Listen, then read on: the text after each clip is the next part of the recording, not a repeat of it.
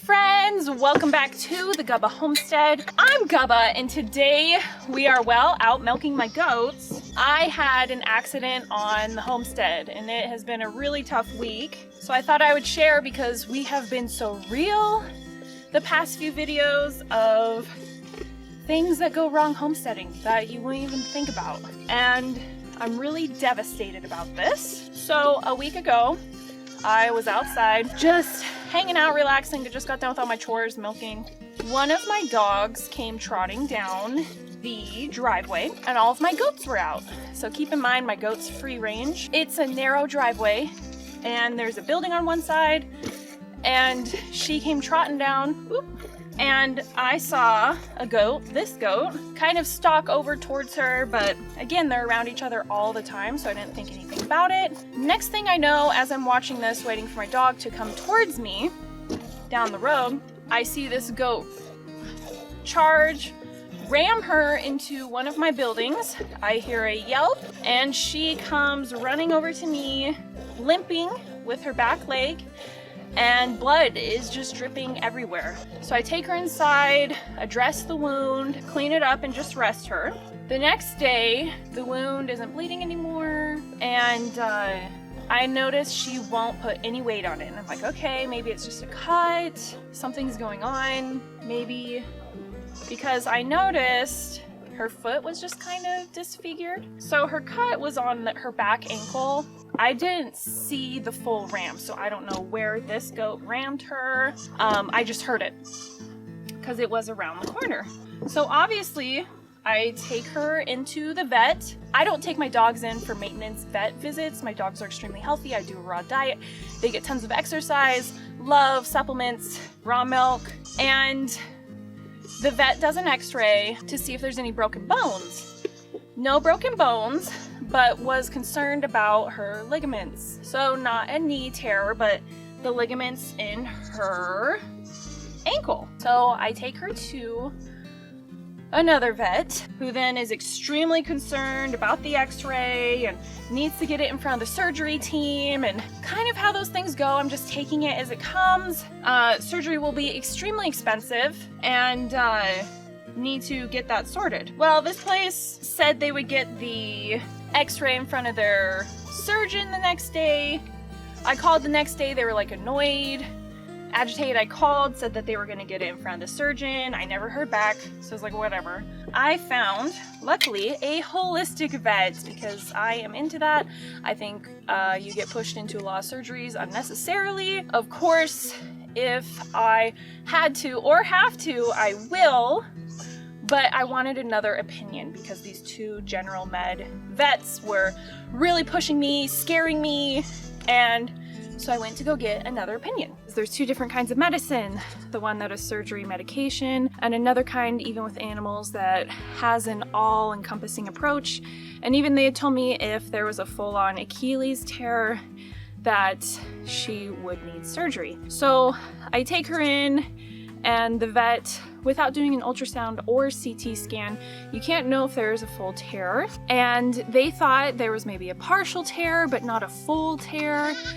But now, a week later, I am back to being extremely concerned because now my dog is walking with a dropped ankle. It looks like her foot is squishing as she walks, which from my own personal research, I know is not good. It's not a full Achilles tear, but it could be a partial. I am taking things slow with her. I'm not letting her have a bunch of movement, which is a bummer because she's super sad and wants to hang out with everybody on the farm. That's just what she does, is she's out all day, she's hanging on the farm, but now she is cooped up. I am also doing red laser therapy with her, which helps to stimulate blood flow and actual like tendon repair. I have herbal medications from that vet that I was giving her for inflammation and pain. She's getting goat milk, bone broth, giving her tendons. So I'm really trying to tend to it in the most holistic way possible.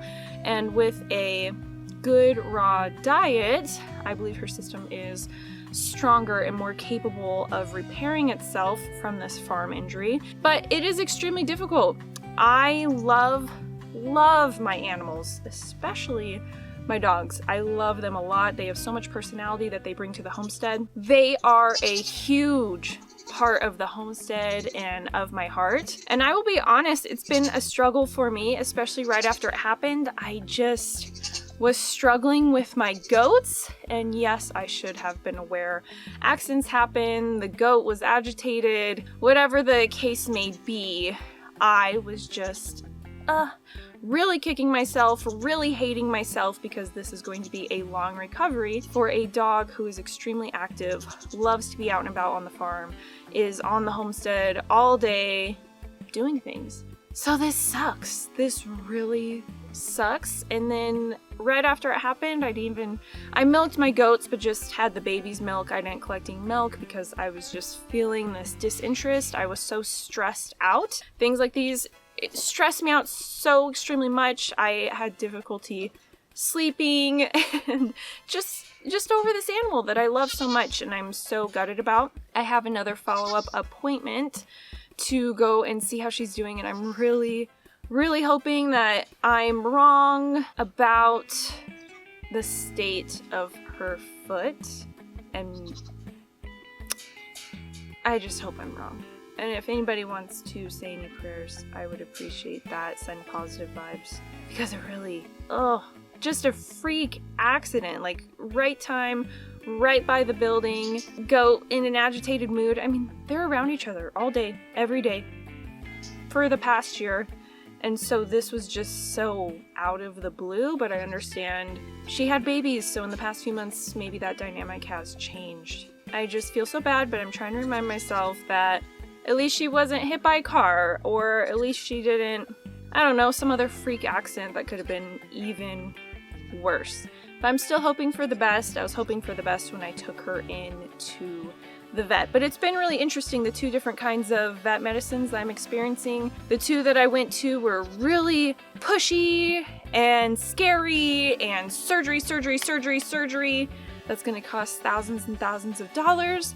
Whereas this other vet, more of a holistic approach, the whole system, evaluated, and it was so cool. I mean, she was manipulating the foot in all these different ways and really just taking her time, whereas these other vets were just like, surgery.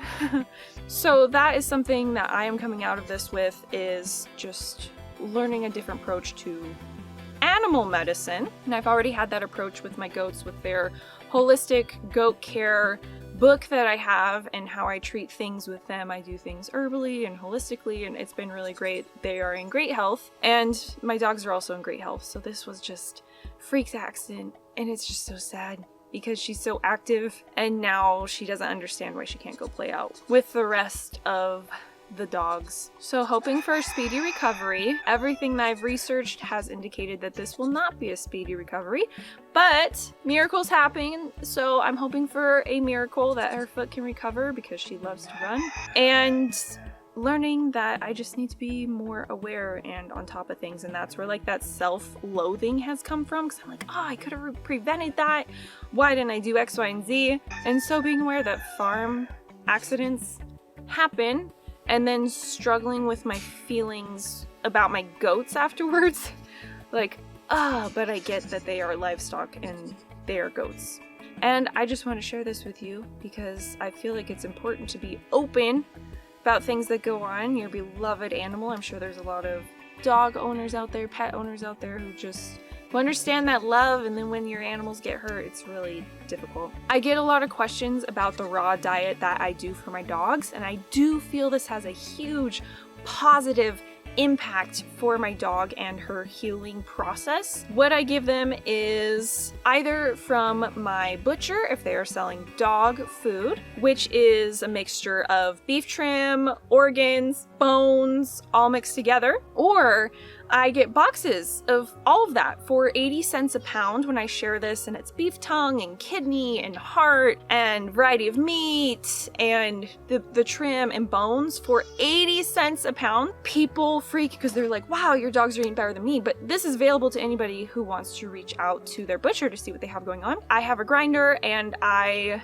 grind those things myself, make dog food myself. I also started with Steve's Raw Patties. This is not an ad, I'm not sponsored by them, but they are a great way to get into that raw feeding to make yourself feel comfortable that you're getting all those nutrients. You have a guideline for how much you should be feeding your animals. So they are a great option as well. My dogs loved them. I also supplement with raw goat milk. I was just milking my goats. My little pint that I have of goat milk is for my dog who is now in recovery. I give special bone broth. If you're going to give bone broth, which is super nutrient dense, you need to have it without onion and garlic, as those things are toxic to dogs. Garlic you can give in certain quantities, so I do use that actually as a preventative, but I don't put it into my broth. I like to actually give the cloves to them to control the amount. Broth I feel like could be hit or miss on the concentration that they are getting. So again, just do what you are comfortable with. I'm also giving a mix of joint supplements, which is some mushroom, green mussels, chondroitin supplements, and just trying to keep those positive spirits up. So that's what I'm doing. I think a raw diet is great if you can do that for your pets. All of my dogs have beautiful coats, beautiful dental health. They never have to go in for cleanings. And like I said, they never have to go in for general health because they are so healthy. I appreciate you listening. I appreciate you watching. Any well wishes I would also appreciate as well, because I'm really heartbroken for this because I love my animals so much. And hopefully next time I see you, I will have a positive update on my dog. Again, I will find out at her next vet visit. Really hoping no surgery. And I will see you guys next time. Don't do anything a Gubba wouldn't do. Bye!